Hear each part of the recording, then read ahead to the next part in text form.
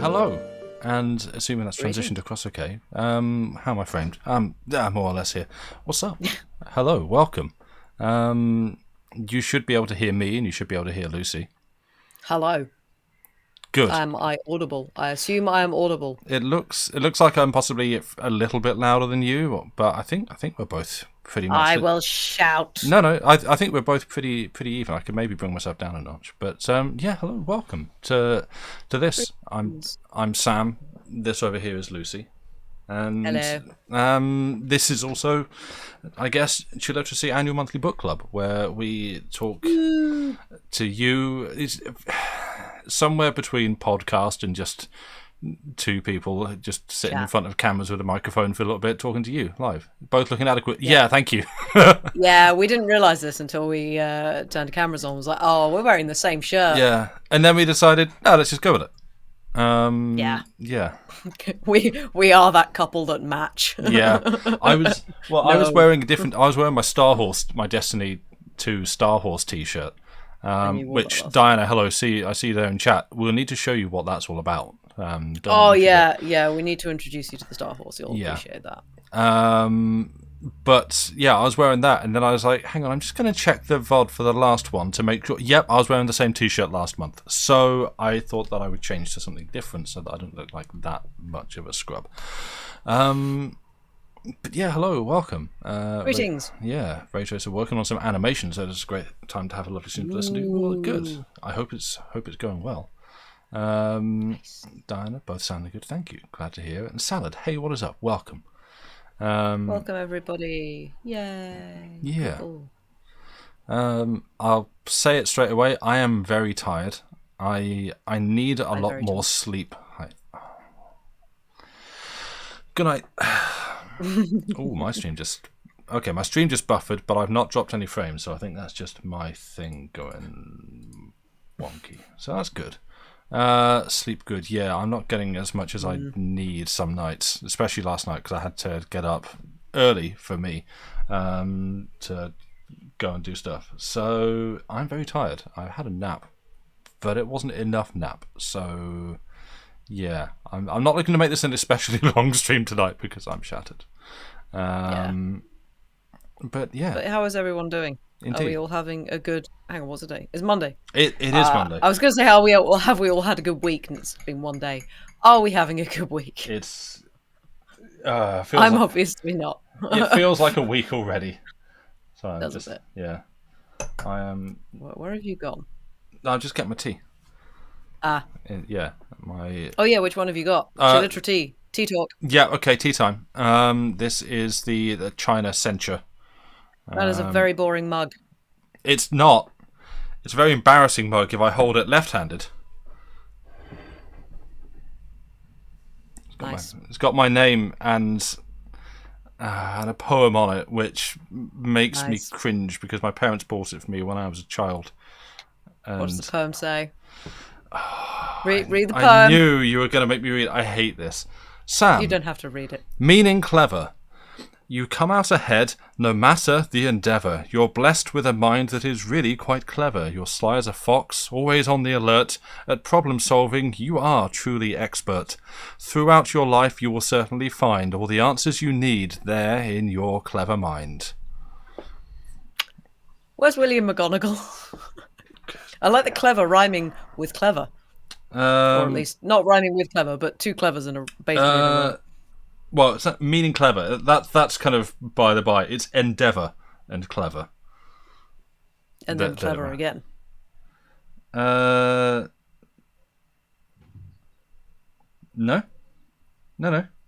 Was there another clever? Okay, no, well, I'm yeah, you come out ahead was no matter the endeavour, you're blessed with a mind that is really quite clever. Your sly as a fox, I was on the alert. Yeah, you're blessed with a mind that is really quite clever, and the first line is Sam meaning clever. Well, yes, but it's just it's not really the first line, but it's sort of. We are already picking apart literature. Yeah, I'm pretty sure that Sam doesn't mean clever. I don't think that is the dictionary definition of this name. No. Yeah. No, it means surface to air missile. Yes, exactly. I think. Yeah. Is that what it stands for? I think that's what that is. That is what the SAM acronym. SAM. Okay, good. I got it right. I Yeah, did that. well done. Good. Yeah. Salad's being amazed at how long words can get. Yeah. Yep, that can happen. There have been good ones in Counter Monte Cristo actually. These last couple of streams, there have been some very long words. Good. Try and find some. Yeah. Okay. Meanwhile, oh yeah, while you do that, I can show Moonfleet progress. Look how close we are to the end. Look, there is book. There is how much we have done. And there is how much we have left. We are that close to actually finishing a book. Yeah, we are. We are. Hang on. Where's the notes? Oh, no. The notes are... Hang on. Wait. Hang on. Well, we're about that close. Probably with about, I don't know, maybe that much. Oh, that close. It is. I didn't realise before you started what a sizable book it was. It is. No, nor did I. It is a chonky lad. It is. Yeah. It's yeah. Yeah. The healthy weight for a book. I kind of want to. But yeah. Yeah, I love like the next 3 chapter titles. Because you got like the Jewel was the last one, which is obviously very focused on the jewel, the diamond, and the next 3 to take us to the end of the book are just all places. There's at, I guess, Ymeguin. It's going to be a Cornish name, but Ymeguen. I don't know. That sounds Welsh. Oh, it could be actually, yeah, because they were arrested in Wales. No, they weren't in Wales. They were in Holland, in the Netherlands. Could be Dutch then. I guess. But But I don't know. To me, that still reads as Cornish, like the Ymeguin, or probably some other pronunciation of it that's local. Then after that, on the beach. Oh no, sorry, in the bay, and then on the beach. So, just three different places that we're going to go through to conclude out the story. Yes, salad. That is a marvelous word that I'm not even going to try and pronounce. I can do the first bit: cholesterol and synth.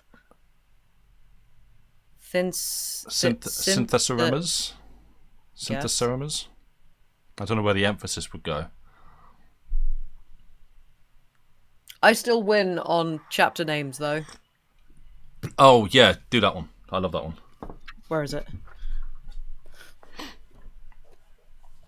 Hey, Sil, what's up? Welcome. Hope you're doing well. Good to see you. Hi, Sil. Hope you are doing well. Where is it? There we go. How to rescue a gardener from dormice who are eating his peaches. Possibly just the best chapter title ever. Because I love it as well. Just full. Can't see.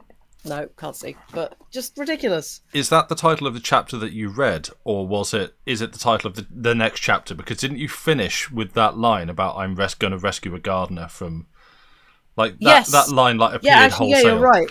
Yeah, it finishes with. Oh wait, no. Oh no, I have just found out how to rescue a gardener from the dormice who are eating his peaches. Yeah. So he finds out how to rescue the gardener from dormice who are eating his peaches. Oh, it's good. But he doesn't actually. It's consistent. Do it. It is. Doing great. Playing the new ESO DLC. Oh yeah, I saw that get shown off at the Microsoft Bethesda conference yesterday. Been watching the Clone Wars animated series, and it's just nice, cool. Nice. Vicious French dormice? Yes. Mm-hmm. Apparently French dormice are vicious. Who knew? Yeah, today we learned. Yep.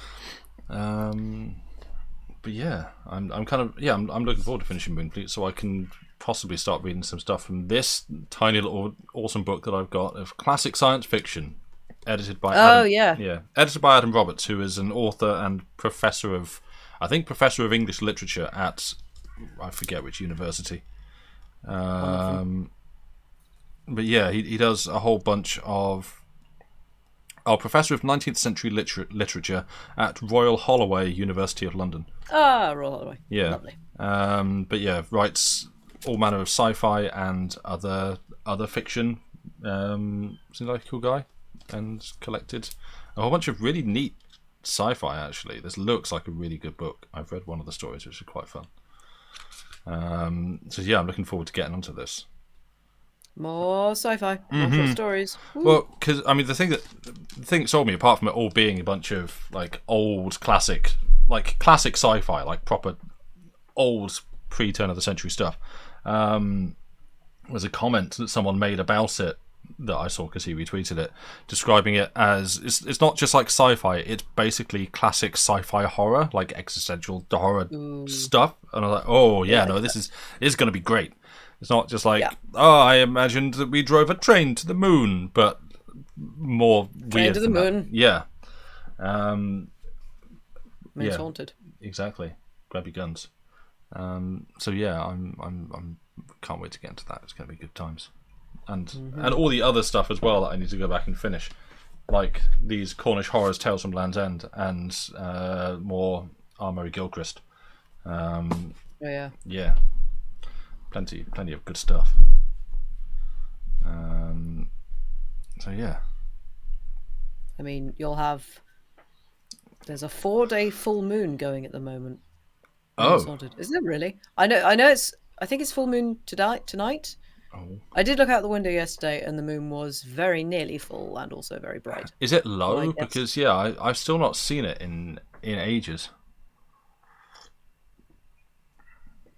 Yeah. It's been hiding from you. Yeah, well, it has. Like, it used to be visible up in the sky, and like for weeks now, it's not like come by high enough for me to actually see it out the up window. in the sky.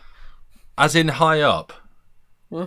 And now it's As Diana said, what, the moon? It's in the sky. Doesn't follow the same path consistently due to the rotation of the planet. Oh dear, I think we're bullying Sam. Whoops.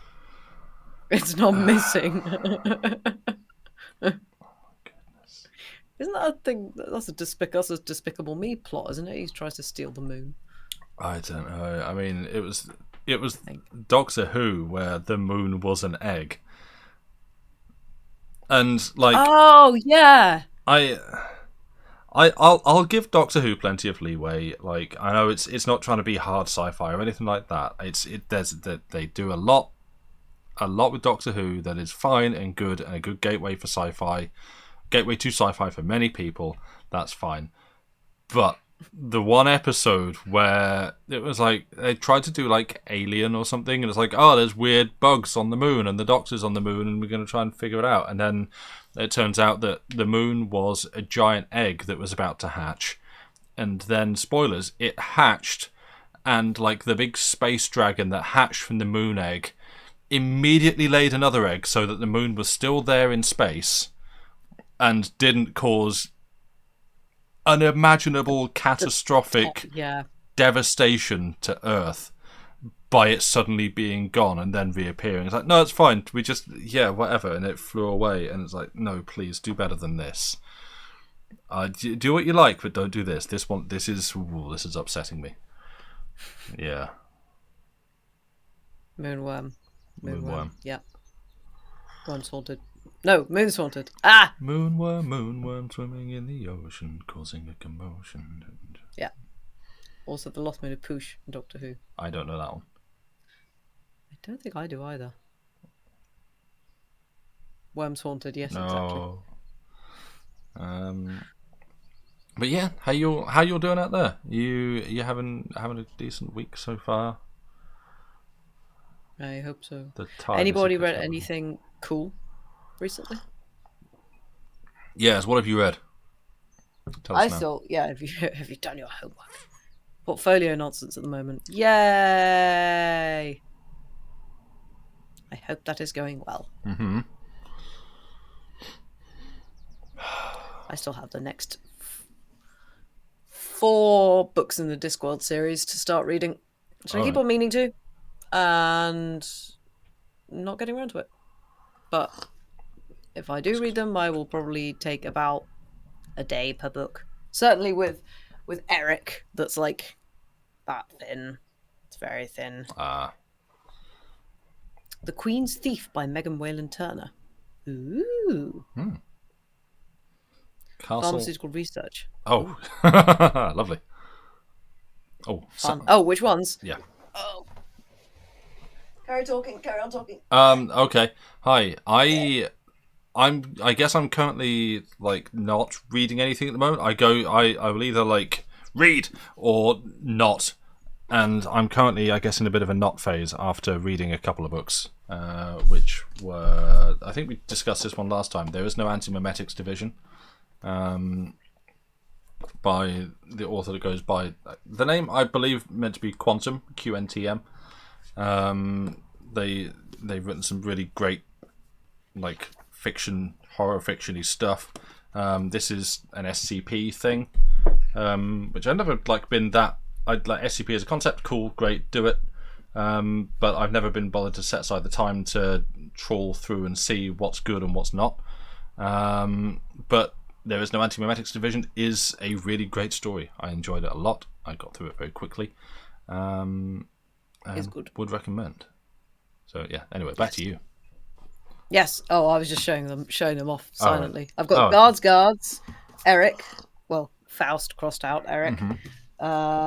Moving pictures, and Reaper Man. Woo! Nice. So they are a good bunch. Guards is one that has been recommended to me so many times. I think so I'm looking forward. Yeah. I think that's where I was recommended to start, because I picked up I've got somewhere in a box a nice hardback copy of Night Watch. Oh, nice. And I was going to read that, and then someone was like, no, don't start with that. That's just like in the middle of things. You won't have a clue what's going on. Go and get something else if you want to read the Vimes books. I was like, I don't know what a Vimes books is, so I guess. I don't know. Like, okay, get Guards. And so I just put that on a... Vimes. You what? Sam Oh yeah, Vimes. I know now, but at the time I was like, Oh, yeah. it's that thing of, well, if you want to read that, you don't want to start there, and like, I don't know what that is that I'm about to read. I literally just picked up a book that I thought I could start reading with. No, don't read that one. Okay, and so I have a copy of Guards that I like put on a wish list and was bought for me, and I started it and didn't really get into it, but do need to go back to and give it another try, because obviously it's Pratchett and he's great. Yeah. So yeah. So true, whoever that was, you shouldn't start with Night's Watch. Well, there we go, Night Watch. Yeah, I took the advice. I took the advice and I followed it. I just followed it badly. So yeah, I need to get back around to that. Yeah, you should just borrow all of mine. I could do. I mean, the thing I would love to do is just read what them I on didn't here, start- but we would need to get permission Yeah. from the Pratchett estate, and I don't think that would happen. But it would be nice. Yeah. It's a nice dream. Yeah. Oh, just finished exactly all of the Discworld books. Nice. Dang. I am impressed. But she left Pyramids at your place. Nice. Pyramids is good. Pyramids is a good one. I'm very silly. And slightly mind-bending. Cool.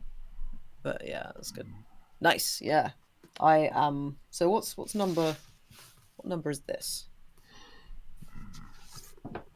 I'm just enjoying the grassy, citrusy tanginess as I'm getting down to the bottom of the tea. Nice. Oh yeah, which one did you say it was? The Sencha green tea. Oh, Essential Green Tea. Yeah. Yeah. It's described as tasting like cut grass, and you might think that It sounds does. like a bad thing, but it's not. It's really nice. It It's is great. good. I like a green tea with actual flavour. Yes. It is good. Mm-hmm. Yeah, so Reaper Man is number 11 in the Discworld books. So I'll probably be a while behind finishing all of them. Warm leaf water. That is tea. Yeah. Yeah, I'm trying to think what I'll read next, really, because I've got that book that you lent me, as in like off stream. Cat Out of Hell. Yeah. Yes. Yeah, I need to read that. I started one of the Charles Stross laundry files because I've read some other stuff. I read some like sci-fi by Stross and I enjoyed it, especially Glass House, which Yes. boy that should come with some trigger warnings for some stuff, Yeah. but has like one of those. It's a question that I saw asked on Twitter a while ago, which is like, well, I don't remember the phrasing of the question, but it's basically referencing like, can you get jump scares in a book, and kind of like give me times that you've been jump scared by a book, and You definitely can. yeah, say John Dies at the End has done it to me a couple of Oh, times. yeah. There's a good couple of bits in that where it just. And I think it's due to the tone of the book that you can just like set something up and just like send the expectation one way, and then bam, middle of a sentence, cut to something else, and you're just like, oh, no, So John Dies at the End has done that, and Glass House by Charles Stross did it too. Just absolutely got me with just like an instant sort of Soma-like moment of just sheer sudden existential horror. Like, wow, no, that's not something. Like, yeah, it just got me good. And so yeah, I started trying to read one of his Laundry Files books, and it was okay, but again, it didn't. I was kind of struggling to make myself go back to it, so I need to try that. I'm also in the middle of The Thing Itself by Adam Roberts. Guy who did this. Which is good, but he likes his high concept ideas, and he is a very smart man. And sometimes I struggle with things like that, so I need to work at keeping track of what's going on and getting the full getting all the nutrients out of the content that he's got there. Yeah. What was the one that we read? The Compelled. That's the one. Yeah, that's true. That's an easy book recommendation. Yes. Yeah, the It's only on Compelled. Kindle, though, Yes, right? yeah. There's no. Oh man, if they had a physical publication, It's good. yeah, it's part one of I think what's meant to be a two-part sci-fi story by Adam Roberts with a bunch of really, really, really lovely illustrations, and I'm going to look it up in a second. About basically people just start not like they're mind controlled, but just start feeling a compulsion to take a thing and put it somewhere, and it can be as simple as, oh, this TV remote that's here, I need to travel across the country and put this in a very specific place.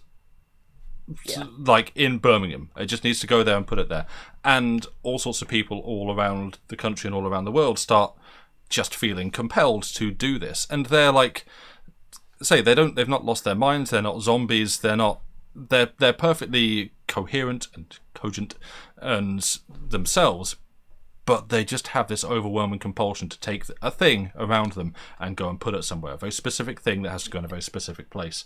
And what starts happening is large things start appearing as multiple people keep doing this thing and adding to it. And sometimes it looks like a big work of art being made. Sometimes it's a machine. Sometimes it needs someone to put a knife in a place, but not any specific knife. It's got to be one with some butter on it to go in a specific place. And it's this story about that, and it's really, really well illustrated, and they got halfway through it and need to finish it because I want to know where it's going. I want to know what happens. Exactly. It's good. Yeah. Birmingham deserves that remote. It does. Yeah. Birmingham. Yeah. And see Rachel, you got Glass House on your to read list. It's really good. I enjoyed it. I got through it very quickly. So yeah, if you're gonna get round to it, I recommend it. Yeah. Definitely. Yeah. Now, because I just sat there talking for ages, I'm going to go over to Amazon and look up the Compelled for people. Okay. Yes. I was going to say... What was I going to say? Oh, yeah, Cat Out of Hell. So the book I have lent Sam is by Lynn Truss. Not Liz Truss. Lynn Truss. Wow. No. Who wrote Eats, Shoots and Leaves, if anybody has read that. Also wrote...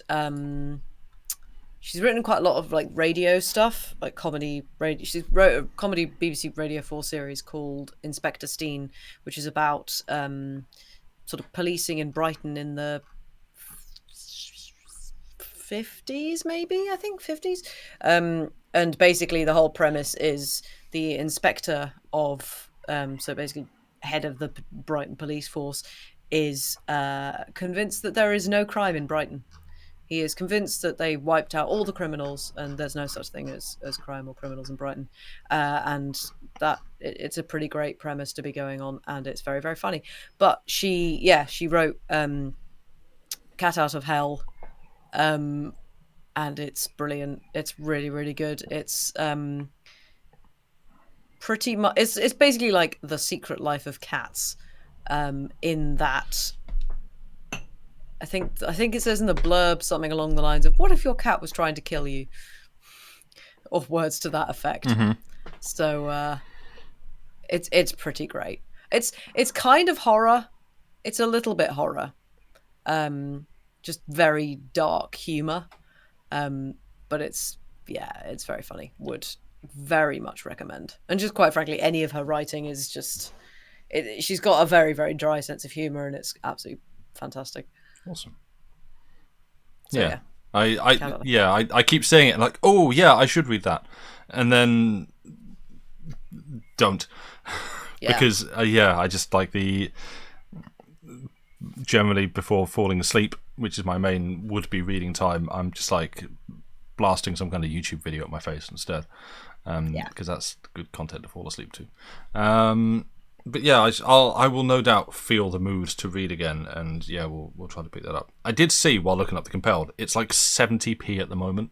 Again, there's the Kindle is the only version, so yeah, highly recommend that. It's ultra cheap, and yeah, it's really, really good. I just read it on my phone on the Kindle app on there. So you don't even need like an e-reader or anything. And say at least have a click through and look and see what the illustrations are like, because the illustrations are beautiful. Speedy, hey, what's up? Welcome. Hey, Speedy. Indeed, Pride logo. In the true Sam's spirit beautifully arted of Pride logo. a cishet run organisation. 2 minutes before the stream started on Saturday, I was like, oh, I was going to make a Pride logo, so I knocked that up really, really quickly and put it in place. And I apologise for the spirit in which it was done, but the intent has been to do it since like the start of the month, and so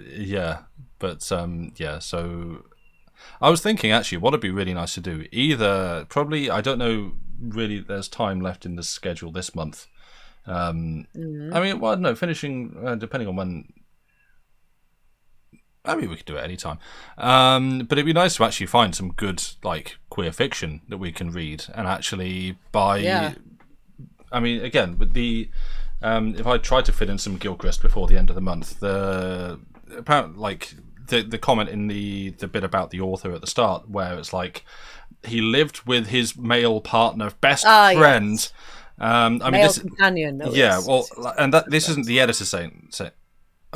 Ray Tracer, thank you for the sub. I was like, what is that sound? Oh yeah, that's the sub notice. Yeah, thank you very much. Yeah. Much appreciated. Very much appreciated. Yeah. Cheers. They were really close friends. Exactly. Yeah, they were roommates. That's how history, like the editor Daniel Peterson, like brings it up as like that's how it was put, that they were just friends. But just very close male companion friend. But basically says, yeah, we're pretty sure this guy was gay. And so, yeah, like it'd be quite a nice thing, I think, actually. If I feel like we've missed the boat this time, being as we are halfway into the month. But yeah, if we can find something, be good to put in at the end of the month. And certainly next year, actually try and remember and find some queer fiction to read, and actually do something about that. Thank you, Speedy. Thank you very much. Really, really appreciate it. Very kind of wonderful. Only problem with queer fiction is there's a heck of a lot more queer fiction now. Yes. Yeah, exactly. There was. Yeah, and by that I guess everything was subtext. Yeah, and I guess it would for what we're doing, it would more be authors that we now know to be gay. Yes. Or queer in some form. Like Carmilla. What? Oh. So. Okay. Oh, is No, I don't think. I mean, Oscar Wilde would be one. I Pretty mean, yeah, notable. as gay as the 4th of July, that guy. Exactly. Is that an expression? Is the 4th of July particularly gay? It's always one I've heard as Oh, gay okay. as the 4th of July. Well, I think gay in like the sense of Oh, happy. fabulous. Yeah, well, yeah. Yeah. And then it's been sort of co-opted Right. as a kind Nice. of lol. Yeah.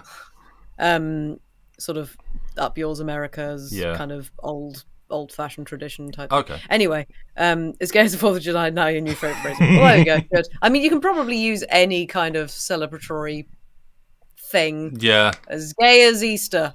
Actually, no, that might cause some problems. Emily Dickinson. Yes, that's also yes. E.M. Forster.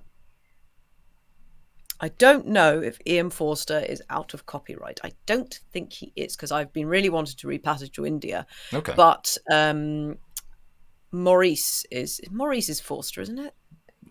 Someone in chat who knows literary things. I'm pretty sure Maurice is E.M. Forster, because Maurice is kind of one of the kind of stalwarts of queer fiction. Okay.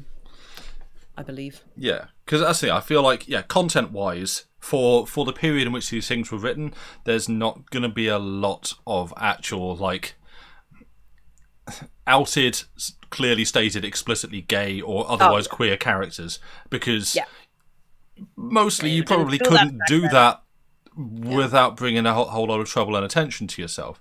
There probably were some, but they're not going to be very high profile and probably going to be harder to find.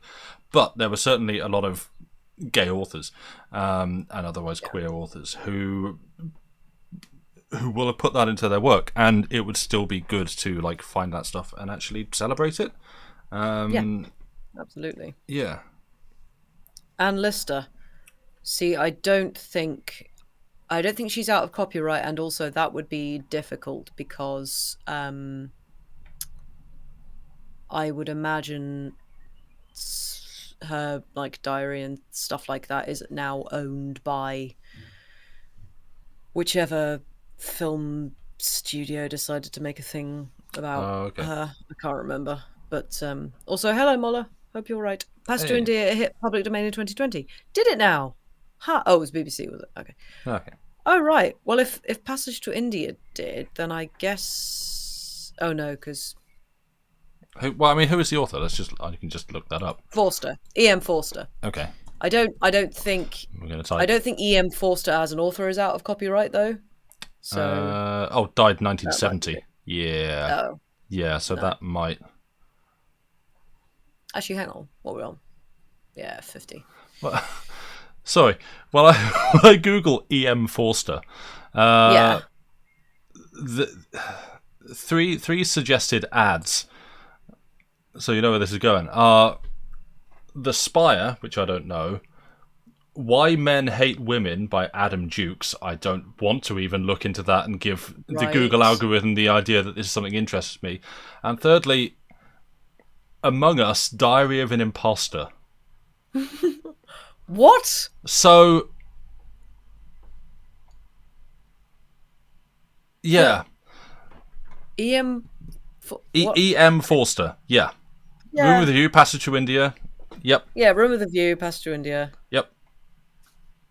Oh wow, I read A Room with a View back in school. Wow, that takes me back.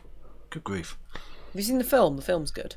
Very old. Yeah. Very old, not that old, but it's like a very young Daniel Day-Lewis, very young Helena Bonham Carter, a surprisingly young Maggie Smith. I think I have, but I don't recall it. It is good. Yeah. Okay. His aspects of the novel is something you adore. Haven't read any of his fiction. Oh, Molla, you need to read his fiction. Forster is... Oh, I love Forster's writing. I really, really do. Passage to India is a slow burn, but it's really good. And... I have not. Well, I mean, other than, Room with a View, which I barely remember. Yeah. I just remember that I have read it. Speedy, in answer to your question, yes, absolutely. Please go bananas. Do what you like. Please do. Yeah. Do the things. Do the yeah. uts. I can. I mean, if you want, I can even DM you the original logo that we have, if that would be of any help. Yeah, I have like the. Yep, sure, go for it. All right, I will do that. Awesome. I can do this without screwing everything up, because yeah, just I want to be like, I don't click something on Discord and then suddenly like I'm just broadcasting a different chat window or something. Yeah. Yeah. Oh, No. that's annoying. Maurice was published in 71. That's very irritating. Uh-huh. But yes, it is an incredibly gay novel, Neat. which is good. Dracula is also very queer. Vampires are queer. You heard it here first. I mean, have you seen What We Do in the Shadows? Yes, very. What's the other one I was thinking? Yeah, that should be in your DMs now, Speedy. Hey, no spoilers for Dracula. He's just a cool guy who invites what's his chops into his house. Got it? Nice. Chops. Yeah. Yay. You've not actually seen the show, but you love the movie. Oh, you'll love the show if you like the movie. Yeah. It's good. It is very good. I'm trying to think what else I've read that's like also like queer fiction. I'm pretty sure I've read quite a lot, but I can't remember what any of it is because I'm bad at remembering. Yeah, I mean, all I keep coming back to is just Oscar Wilde, but that's the easy answer. That's yeah, Oscar Wilde. Yeah. yeah.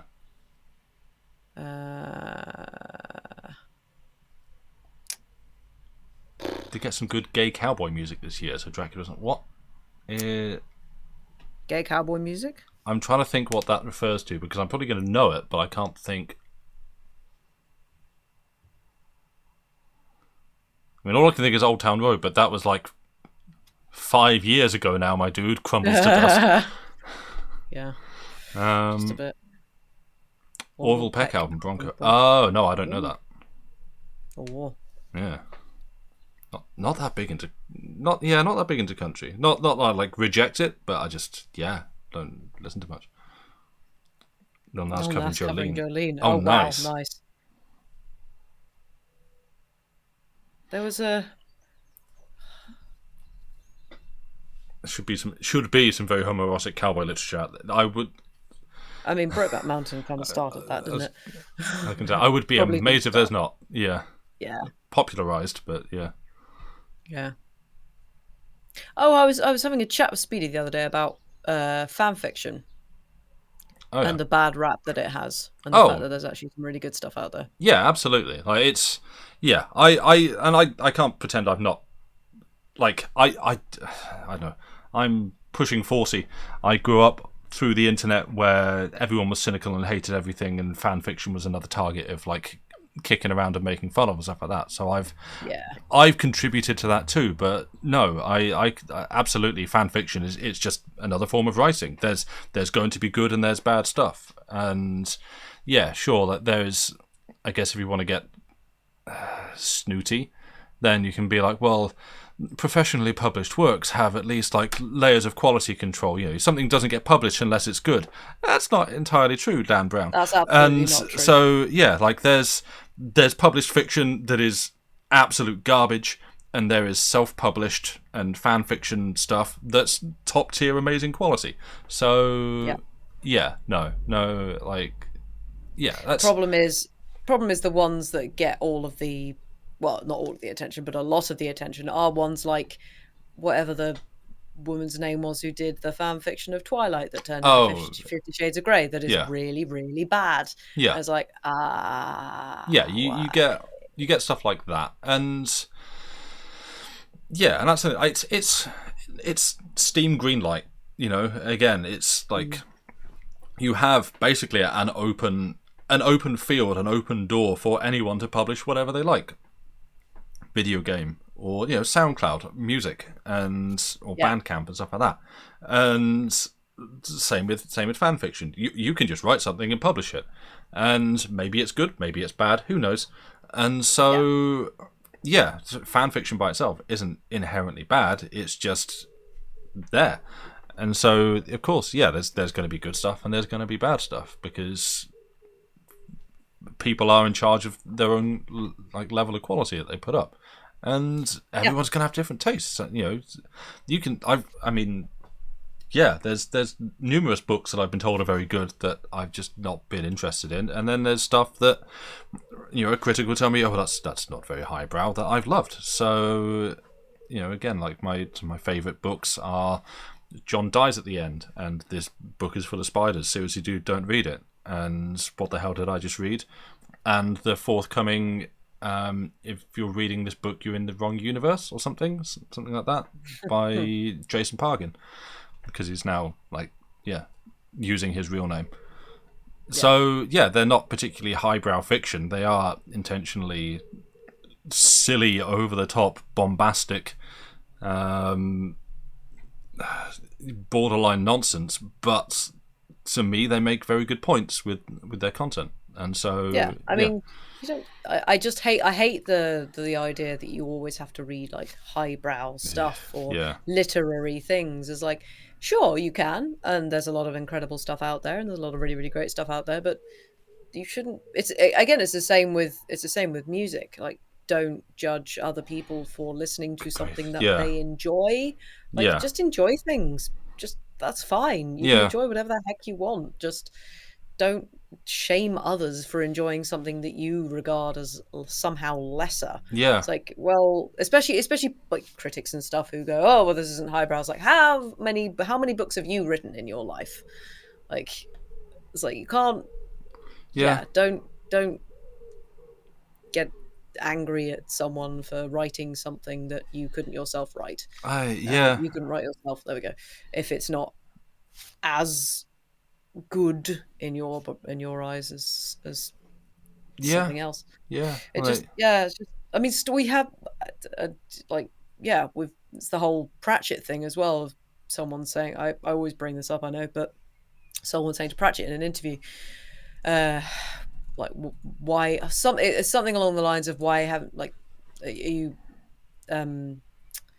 does it sadden that fantasy isn't taken seriously, or have you ever tried to write anything serious as a proper literary thing? As like, and he replied with, well, humans have been telling ourselves stories for years and years and years, and you can be pretty sure that the first story we told was fantasy, because it was making things up, it was imagination.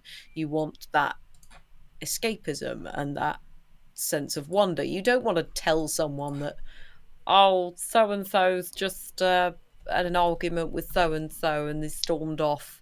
It's like, that's not great. Oh, I've frozen apparently. You have? Oh. That was weird. That's weird. No, I think you're okay.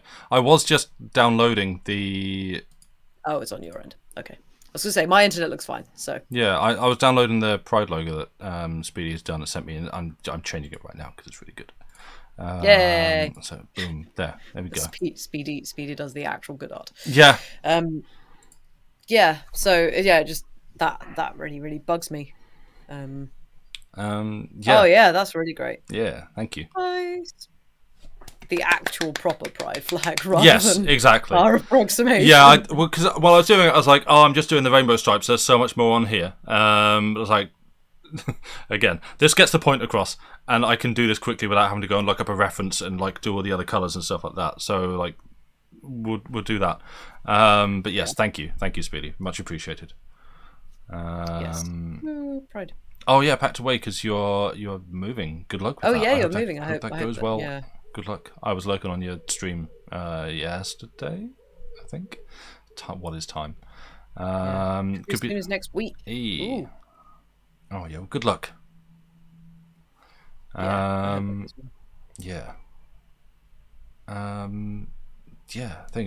But no, absolutely don't be I mean, firstly, don't be a snob about things that other people enjoy. Let people enjoy, as long as it's not causing harm. Let people enjoy what they enjoy, and that doesn't mean you have to like everything.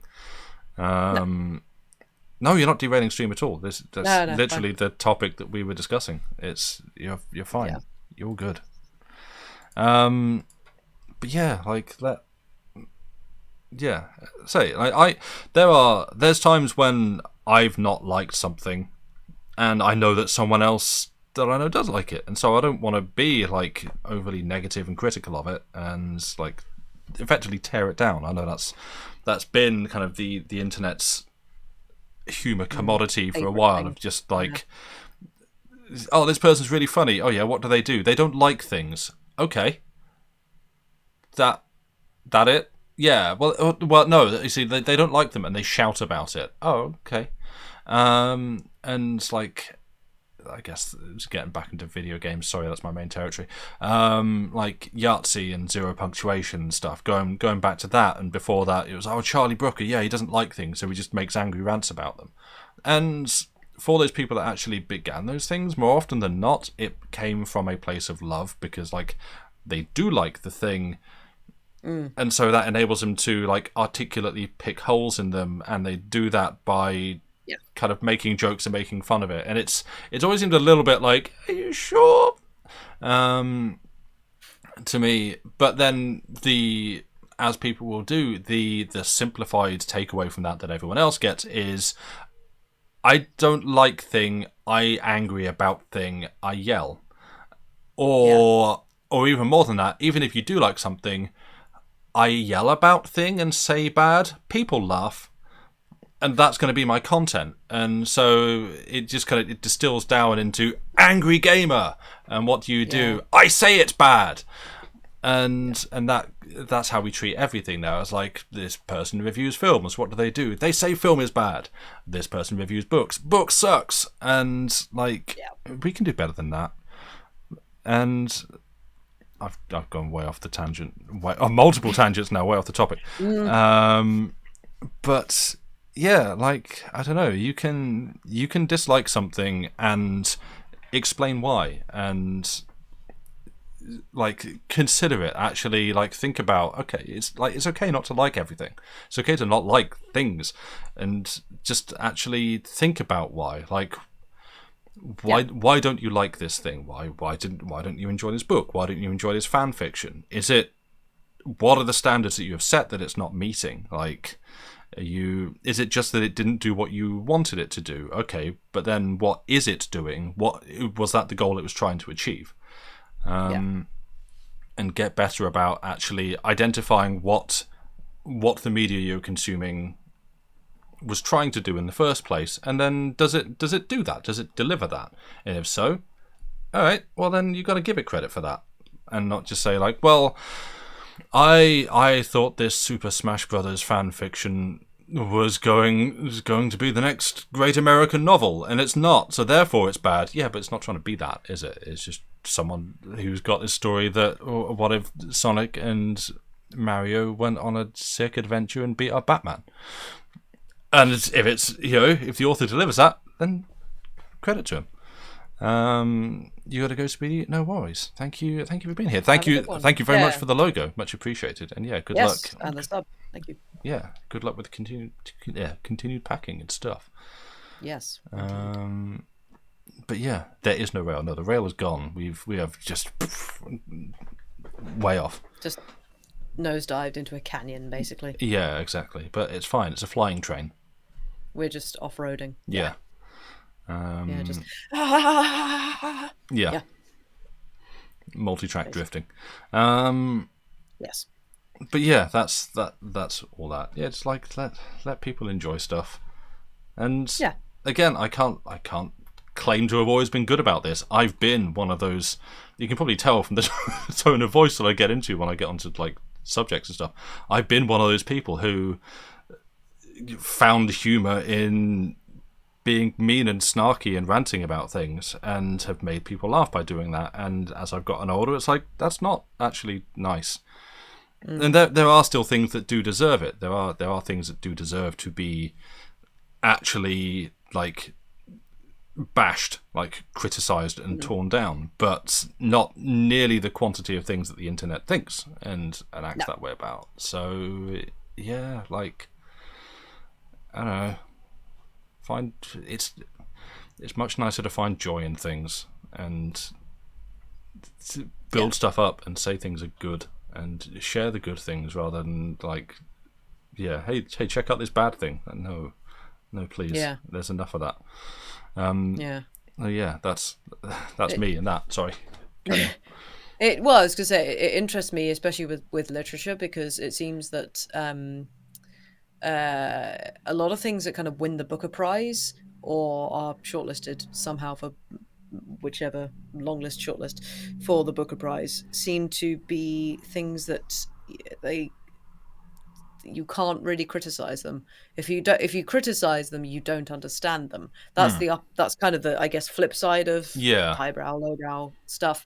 Because I read I cannot remember what it was called.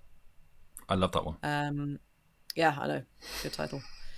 uh Elmet, I think it was Elmet. Okay. God, I was going to say 2 years ago. That's not true, is it? It's 7 years probably, ago. Oh no. yeah, it's a millennia ago. Yeah. Probably about maybe 4 or 5 years ago now. Which was, I think, won the Booker Prize, or was shortlisted or something. And I didn't think it was that good. And it felt like there are tons of other books Yeah. that have been written that did what it was trying to do a lot better.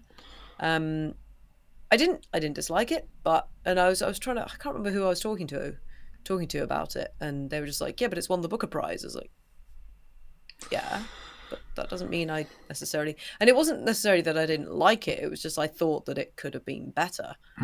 And I was expecting something that would make me question things or make me go, oh wow, this really is an incredible piece of literature. Yeah. But I didn't get that at all, and it's just interesting that you can't say that when, or it seems that you can't say that, at least when things have won I'm saying the Booker Prize as like the big literary prize. Yeah. I mean, like famously with the Booker Prize, the problem that I've heard over the years is that because it's done by a committee and the way they rank the books is like, it's not exactly how it works, I think, but it's like, here are 10 books, put them in order from best to worst, and then the one that comes on, like that is by the committee decided on average to be the best is the winner.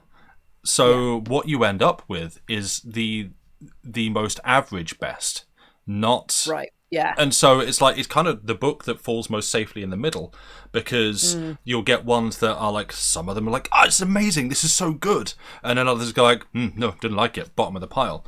And the one that rises to the top is the one that people disliked the least. And so which when you think about it is kind of what you don't want. Yeah. You don't want your book, you don't, as an author, you don't want a book to be in the middle. Yeah. You want people to, it's the same with, I think, any piece of art, you want people to have reactions to engage it. with it. Yeah. Like, you want people to either love it or hate it. You don't want people to go, yeah, that's all right. Yeah, exactly. And so it's a problem with trying to grade these things like that and be like, we must find the one best book from this crop of books, instead of being like, here's 10 books that we thought were fantastic. There you go. Which one's the best? No, we don't do that, because we're better than that. Here's some really good books. These books will light you up. These will engage you in different ways. This one deals with this subject very well. This one doesn't, but it deals with another subject. And like, do that. Be like, here's a bunch of books. Find something on it that you love. These are all approved and verified by our list of prestigious judges. And pick something and go ham. Rather than best book, this one you must read, it won the prize. And like it's trying to quantify art. And like Ray Tracer said, it's tough when you're doing Goodreads or other book reviewing site and trying to objectively give stars to a book. And like, it's like you asked me, Sam, what's your favorite film? Depends. I don't know, it depends what film I've watched recently that I enjoyed. I probably have to say something by Chris Nolan, who, is like, oh, because you think that you think you're smart, because he does films for people that are actually not smart but want to pretend they should be smart. Instead, go watch this, I don't know, $20,000 indie movie that no one saw in the cinemas but did very well at Cannes. And it's like, but also delivering high concept ideas to a wide mainstream audience and making millions of dollars off it is actually very difficult to do.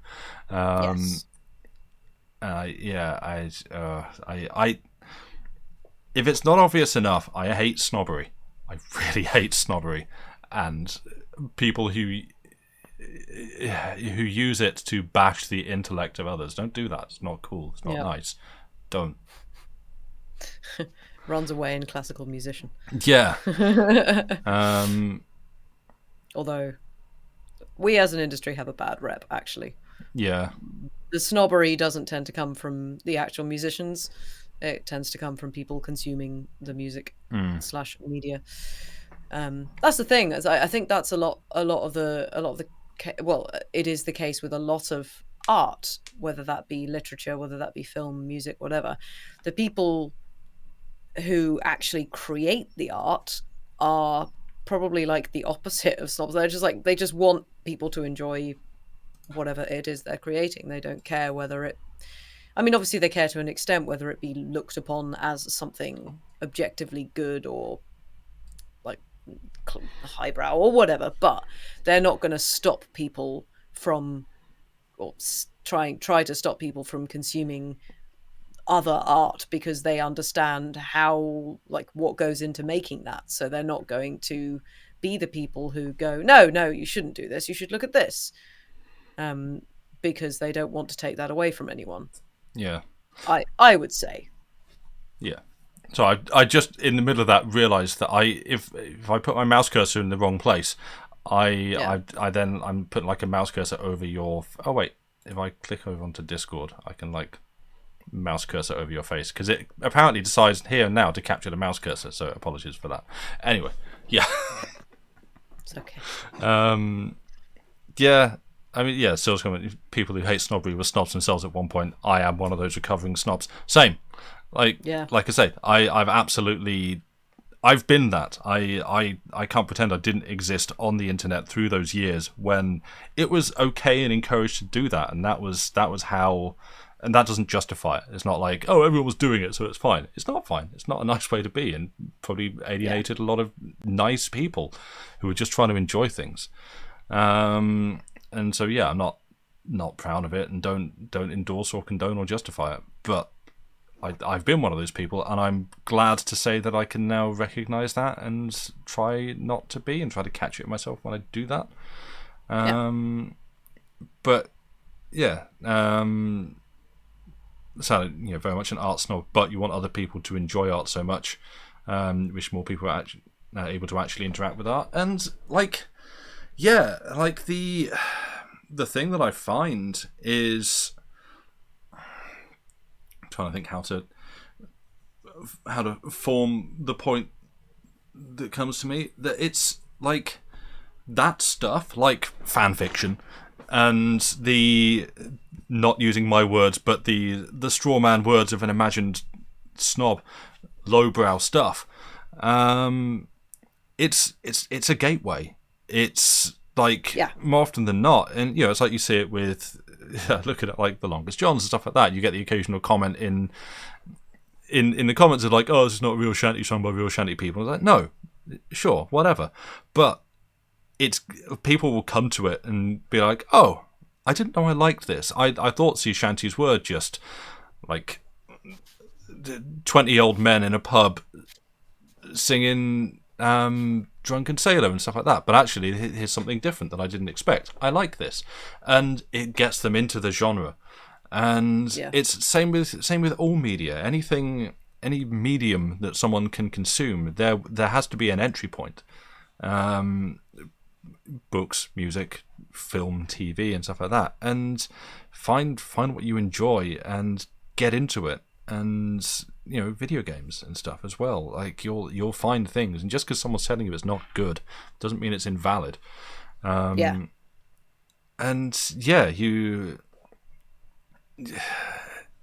like there's plenty of music that to me is what I don't like using the term guilty pleasure anymore, because you shouldn't feel guilty about what you enjoy.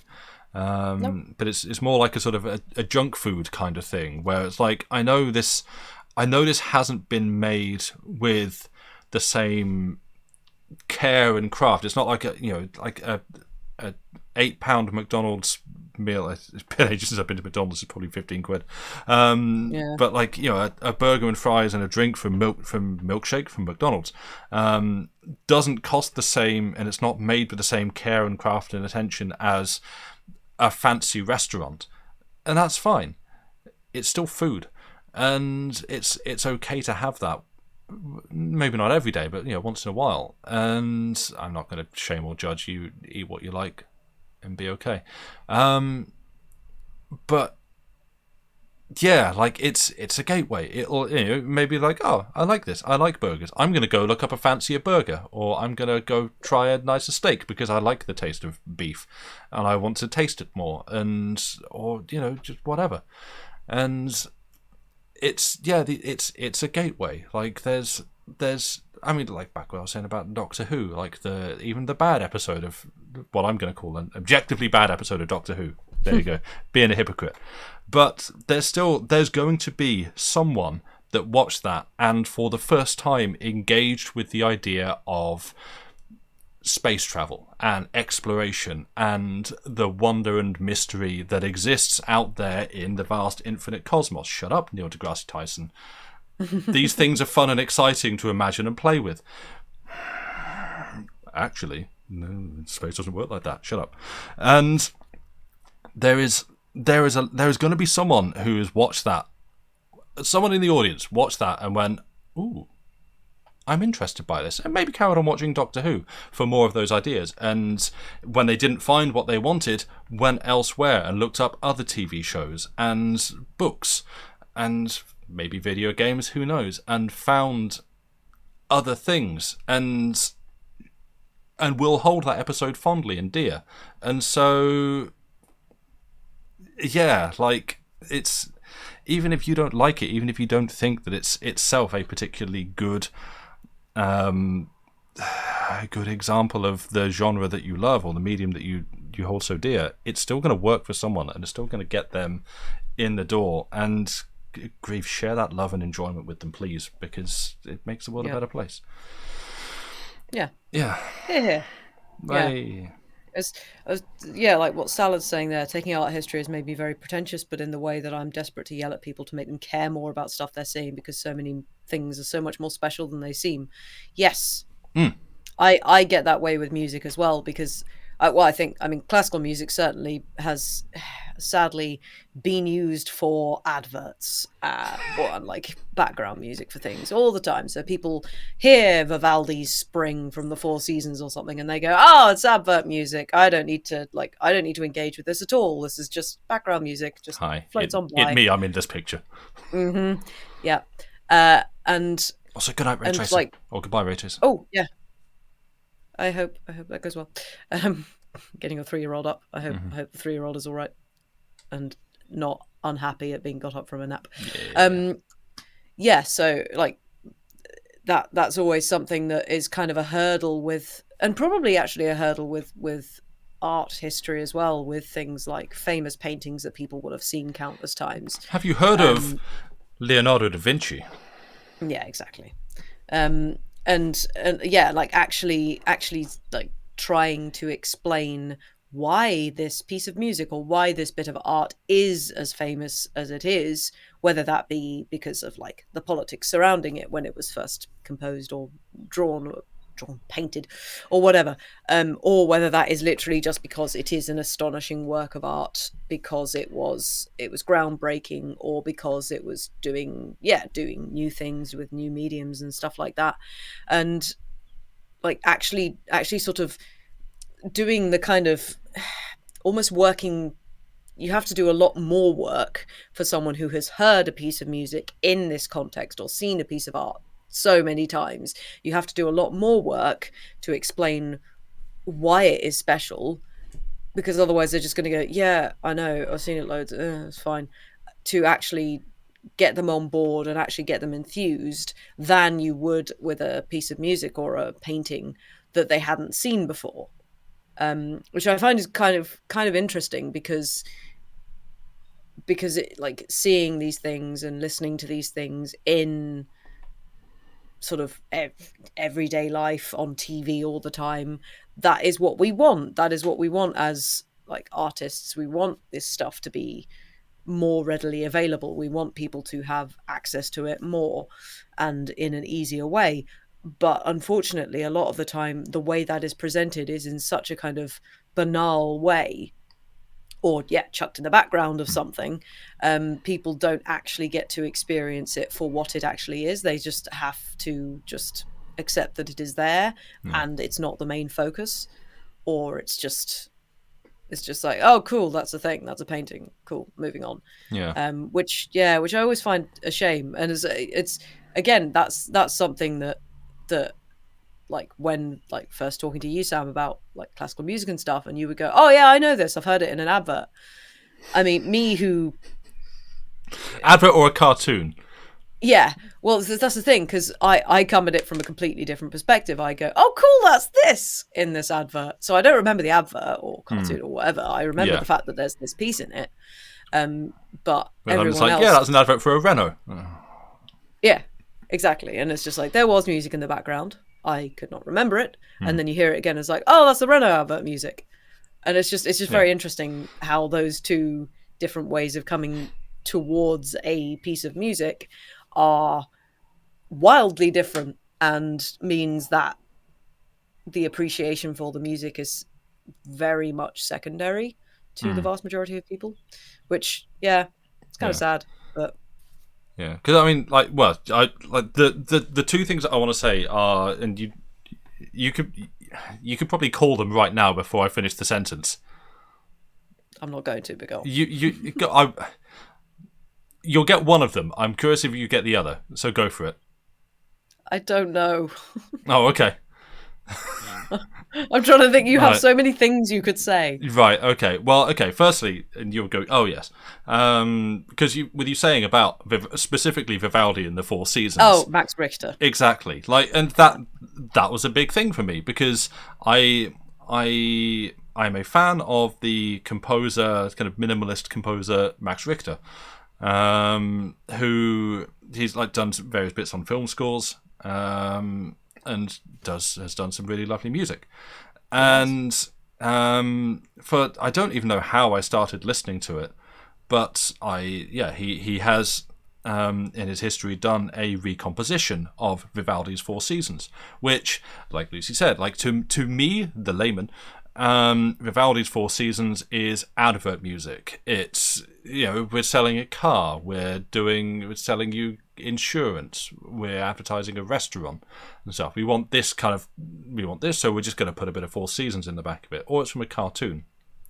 And so that's all that has ever been to me. I can't listen to it without thinking of just, and it's not even an advert. It's an AI's. It's just like a smear of advertising. Of an advert, yeah, like I say, it's not even a specific like the new Renault Clio or anything like that. It's just car or insurance. I can't name specific companies. It's just a blur of buy.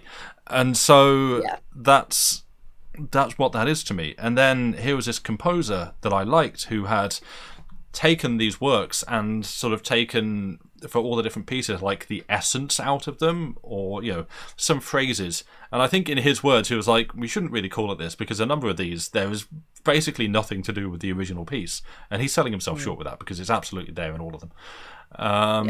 But sort of taken like these parts and these phrases and the intent and the essence of these different tracks. Vivaldi laying down the tracks of these different movements. Call them movements. Thank you. Of these movements, of these songs. That's another thing. It really bugs me when an instrumental piece is called a song. Songs have lyrics. Yes. Yeah. But that's another discussion. Again, not being a snob. It's not a snob. It's literally just the definition. Song that has lyrics. Yeah. It's just definitions. Yeah. I just call them a piece otherwise, because language fails me. But yeah, like it is. I am fighting the urge to open up Spotify and get part of the video muted, because I want to start playing Max Richter's recompositions of Vivaldi's Four Seasons, because it's really, really good. And it made me go to Lucy and be like, oh, I didn't realize like Vivaldi actually wrote some bangers. This is some really good stuff, and I love what Richter's done with them. But I'm pretty sure if I went back and listened to the original, it will have a new context and meaning for me, and I'll be like, oh, actually, yeah, not just Richter's like work that he's done with it, but the originals were also really, really good, and I can now understand them in a new light. I've gotten to them by an unusual path, but it's given me a new understanding of it, and I love that. And the other thing along those lines, this is tangent 2 off the first tangent, was that TikTok of I forget the guy. He's an Irish guy, I think, who does like joke TikToks, and it was, and you've seen it, Lucy. It was basically like it was him in like a wig being someone like sort of a concert, like someone at a Vivaldi concert, like back in the day. It's like Vivaldi, and like getting ready for the drop. And at first it is really funny, but again, that's not even using a recomposition. That's just using the original piece of Vivaldi, and just like kind of the build up and bam, the big kind of orchestral drop, and it's like, oh, this slaps. This is really good. Not in a like, oh, it's good for a classical piece for sober people who understand the music, and it's like, no, this is just banging music. This is great. And again, hearing that, I was like, yeah, this is good. Yeah, this is just good music. I like this. That's the thing. Finding it through a TikTok of a guy making a joke, But this is the thing, though. Like people are the snobs are so very keen to take, especially music and art and everything, out of its context. So they are so desperate just take ownership of it and be like, no, this is mine. It's take ownership, and it's also to preserve it in a nice little glass case in a museum. It's like, that is precious. We look at it and we go, oh wow, isn't that beautiful? Yeah. We don't actually go, this was composed to entertain people. This was composed so people would go, oh yeah, this is great. This is great. People would dance to it. People would, talk through it. People people would have food during it. Like, I mean, that was what the opera was like. Monte Cristo, like, it was where socialites, it's where the upper class just met other upper class people and chatted. It was just another social occasion, and they would talk straight over everything that was going on stage, which sucks, but it was just what happened. And like putting these works in such a sort of sterilized setting it's crap. And also people going, again, talking about music, but this applies to everything, people saying like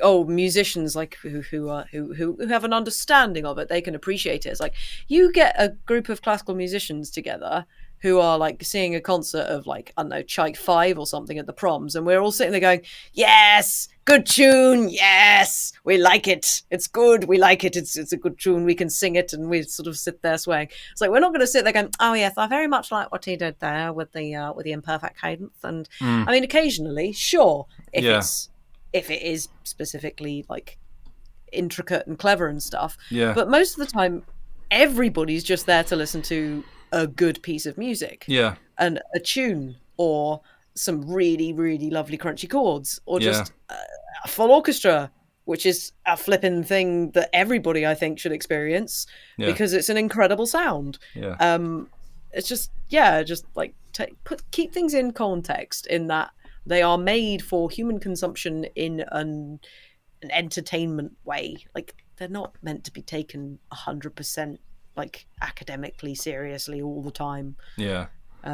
Also reminding me of that Shakespeare sketch Key and Peele did. I know which one you mean. I don't think I've seen that one, but also, hey Griffith, welcome. Yes, welcome. Good to see you. Hope you're doing well. Yes. Oh yeah, first time chat. Yay. Greetings. I hope you are well. Doing a lurk at work. Because I mean, that's the thing, like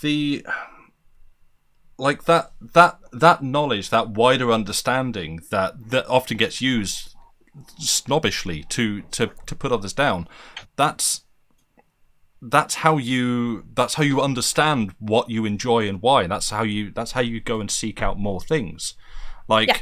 Because you hear something, and let's just keep it on music, but you hear something and you go, I like this. Yeah. That's cool.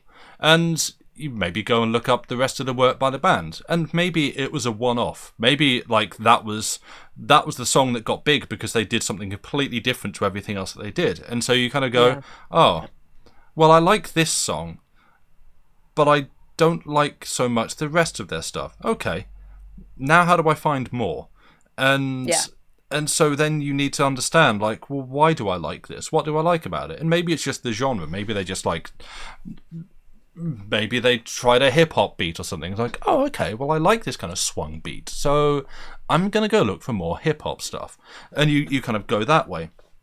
But there's the more you understand, the more kind of education you have in that, or the more people you know to ask. And you go look up like reviews and things, and find out the words and the terminology and the what's gone into constructing it, and you go, oh, okay, so it's this that I like this kind of thing, not so much that, right? And then that then helps you educate yourself and to go and drill down and find more of the things that you like, and you'll find like the genres and subgenres where there's like, I like this particular specific beat or the sound they've used for the beat on this. Okay, that's what's doing it for me.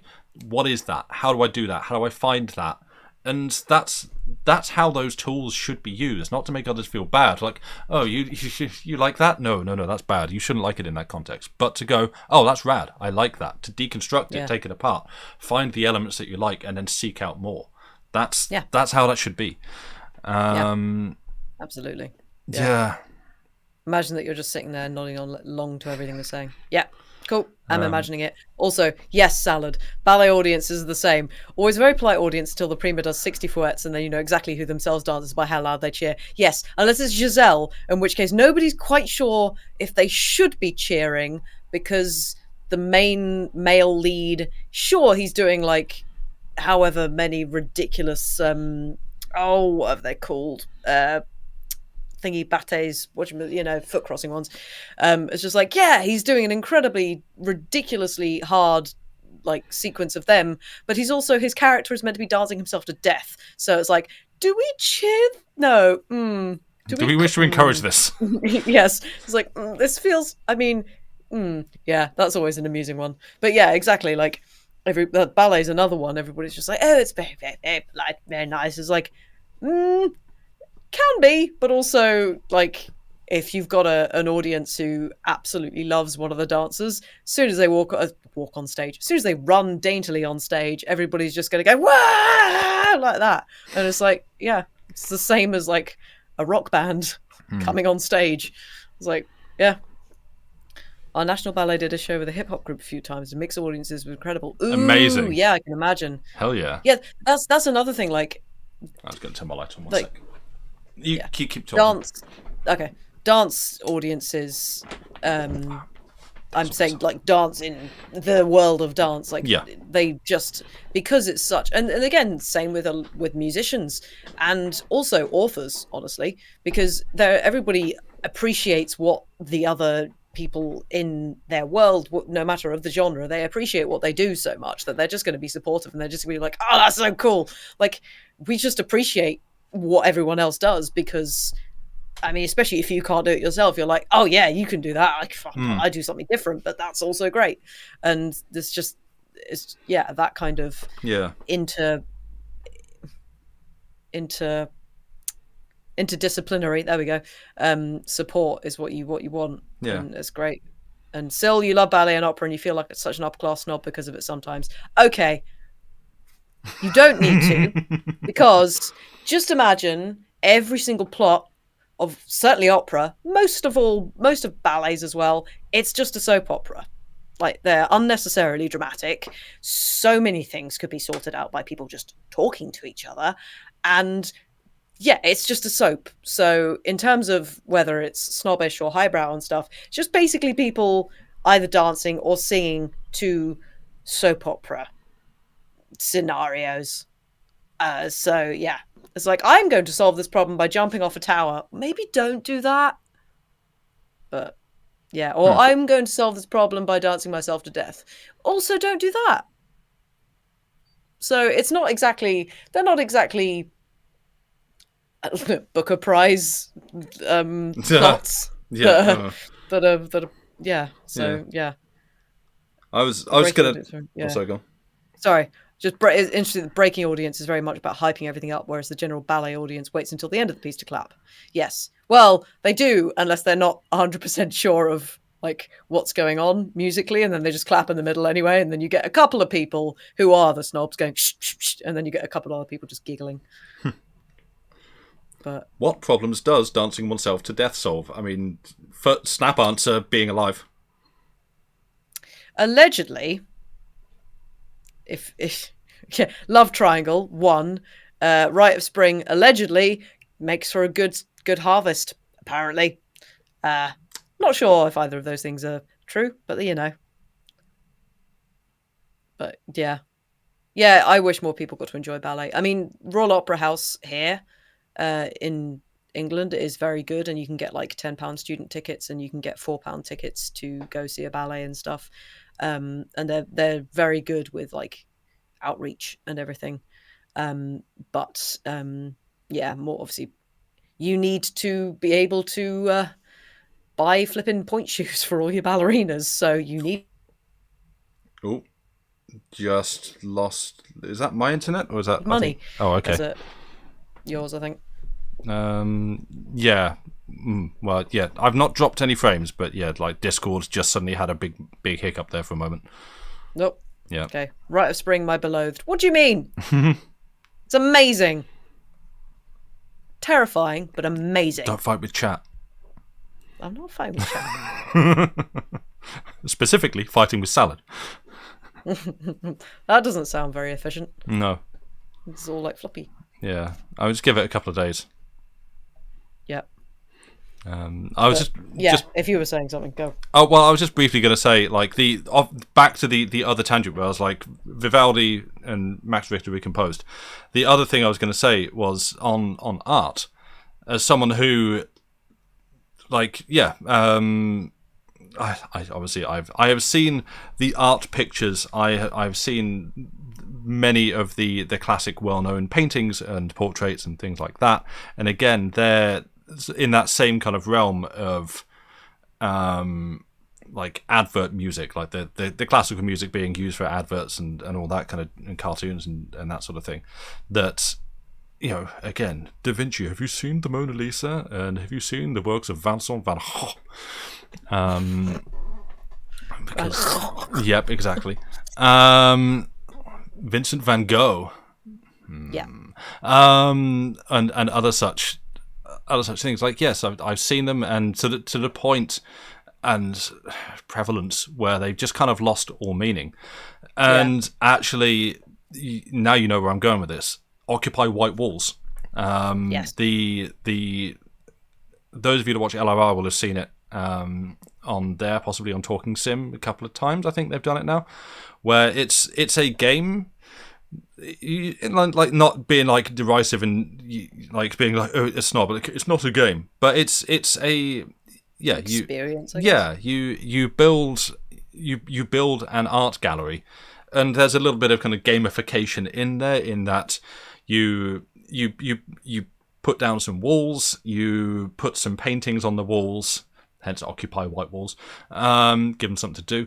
And then you open your gallery, and a bunch of like AI bots come and look at the gallery. You earn a bit of money for it, and then you recycle that money into buying more space, more walls, more objects, and you design and build and lay out your art gallery, and you browse art that you buy again with that same money to put on the walls. And it's just a cycle that, and really it's just like a way to gate that progress and make sure that, and effectively like funnel you through so that you don't feel immediately overwhelmed. There's only so much you can do, so you do it, and then that gives you more that you can do, so on and so forth. And through playing that and actually engaging with it and being like, okay, well, I guess I can build this space. I don't really know what space I want to build. My usual buildings are just, in Minecraft, 4 walls, 4 mud walls, a roof, and a workbench and a bed, and like that's it. And so in Occupy White Walls, it's like, well, I guess I'll put a wall and I'll put a picture on it. I'm going to put another wall and another picture. Maybe I'll put like a column here and stuff. And what pictures do I actually want to do? I want to start grouping things. What do I like? I seem to be trending towards like sceneries, like landscapes and sunsets, but these ones, not those ones. Now, why is that? And before I knew it, I'm suddenly engaging with art.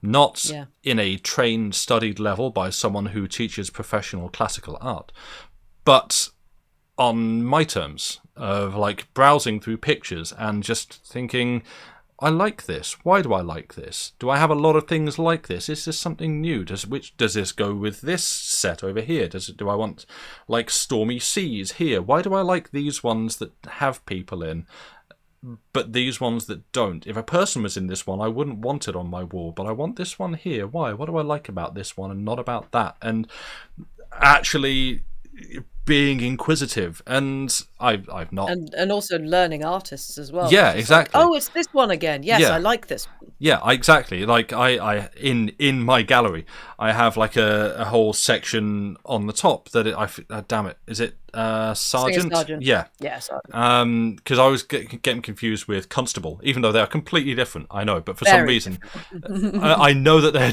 different, but for some reason, my brain goes, which one? I get. Oh, I know why. Because they're both ranks. Sergeant and Constable. Sergeant. Yeah. There we go. There we go. We just made that. I just solved it. Wow, my brain actually forming a connection rather than breaking it apart. This is a rare occasion. But yeah, I have like a whole. I'm not going to load it up now. This is a completely different subject. Maybe you should do a stream at some point. Yeah, I should like load up John's channel. Just Occupy White Wall stream. I would love to stream Occupy White Wall sometime and actually just like show you around my gallery and show you things. And everybody will realise that my gallery is basically the same as Sam's gallery, because it turns out we have very similar tastes. Yeah, there was a whole thing going on there, but like I really loved it, and it gave me a way to appreciate something that had always just been kind of background noise before. It's obviously like, oh yeah, that's a good art, and that is an art that doesn't appeal to me, but sure, whatever, go off, king. And suddenly it's like, oh, I like these things, and I can't fully express why I like these things because I've not got a degree in the subject, but I recognise more that. Yeah, these are the kinds of colours and textures and subjects that I appreciate, and these ones not so much. Like, there's really next to no portraits in my gallery, I don't think, because I'm just not that fussed about the portraits and pictures of people and faces, which probably actually says something about me. But yeah, there's a hell of a lot of landscapes and scenery, because I love that stuff. And so and trees and things and sea scenes and things. So yeah, like that. A lot of it's light as well. Yeah, that's the thing. It's like, especially with landscapes and sceneries and stuff.